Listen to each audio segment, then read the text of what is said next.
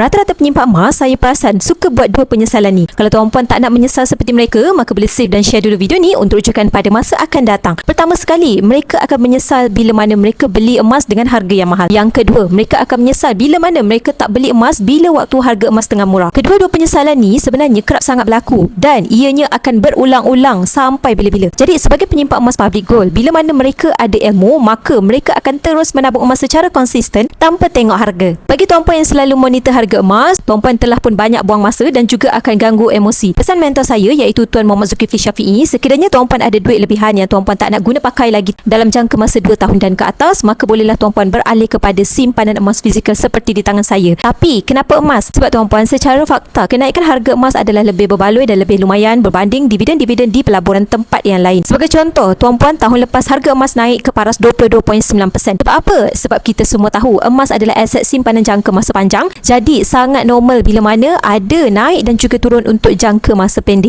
InsyaAllah untuk jangka masa panjang, confirm harga emas akan sentiasa naik. Jadi kalau tuan-puan tak nak menyesal di kemudian hari ini ada duit lebihan yang tak nak digunakan, maka tuan-puan boleh tukarkan saja ke dalam bentuk aset emas fizikal seperti di tangan saya. Dalam simpanan emas, kita bukan sekadar beli emas hari ini, esok lusa nak jual. Kita simpan emas untuk jangka masa dan juga matlamat lagi 2 tahun. Tuan-puan nak pergi umrah lagi 2 tahun, simpan dalam aset emas. Nak kahwin lagi 2 tahun, simpan dalam aset emas. Anak-anak nak sambung belajar lagi 10 tahun, tuan-puan alihkan simpanan kepada aset emas fizikal. Bagi tuan-puan yang hari ini nak saya bimbing dalam simpanan emas, maka tuan-puan boleh terus klik link di bio ataupun terus tunjuk pin di video TikTok saya cara untuk bermula. Saya akan guide tuan-puan dalam simpanan emas bersama dengan Public Gold.